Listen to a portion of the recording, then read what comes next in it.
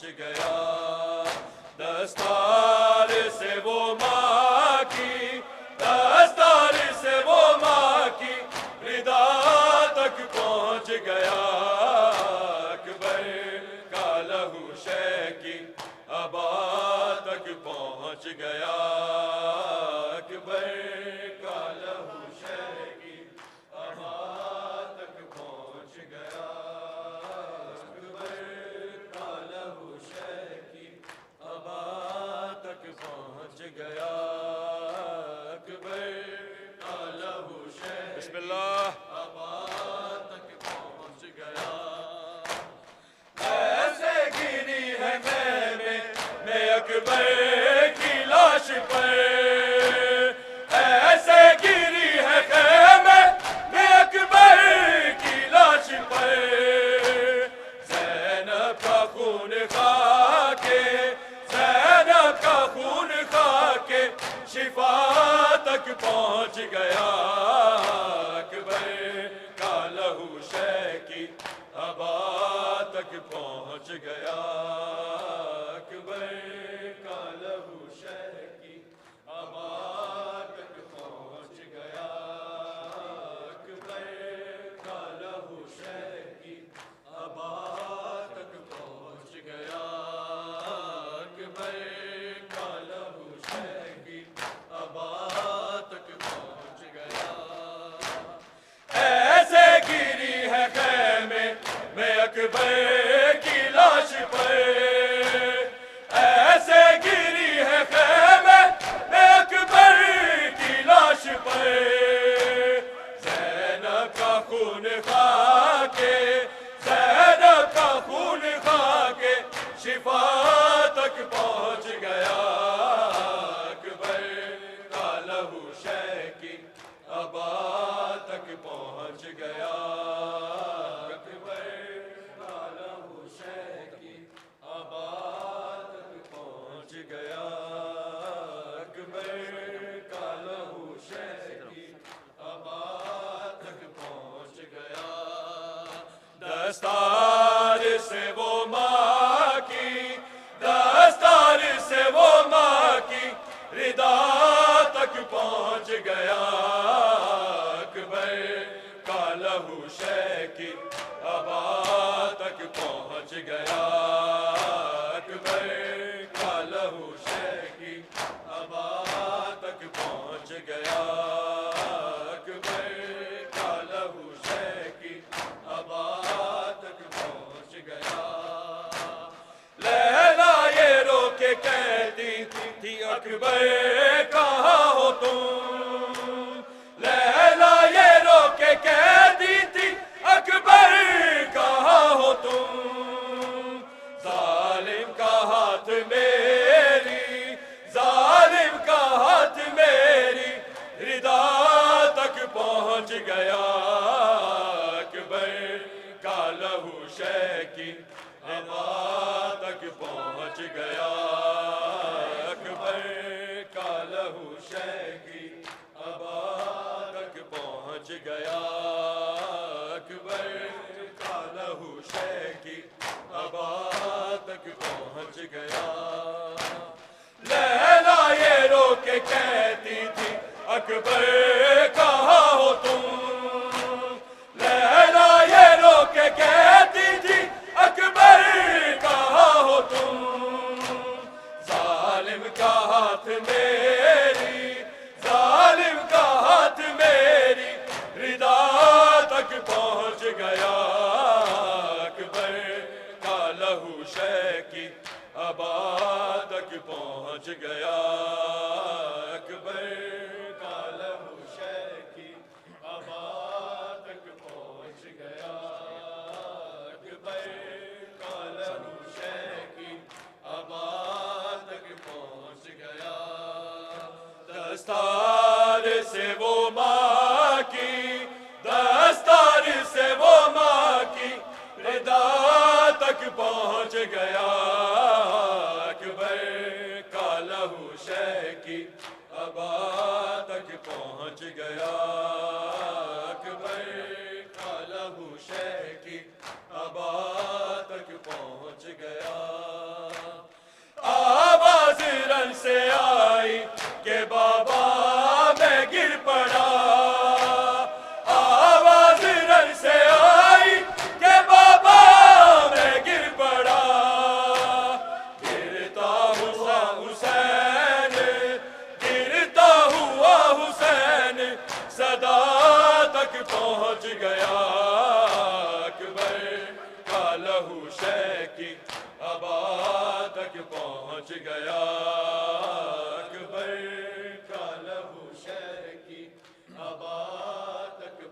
جزاك الله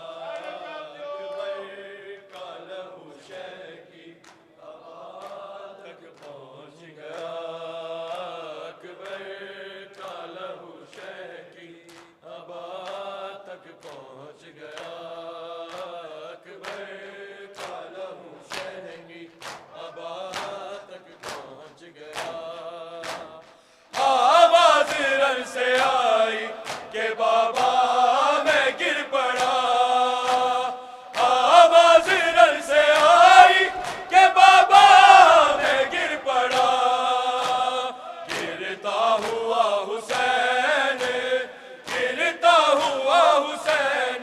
सदा तक पहुंच गया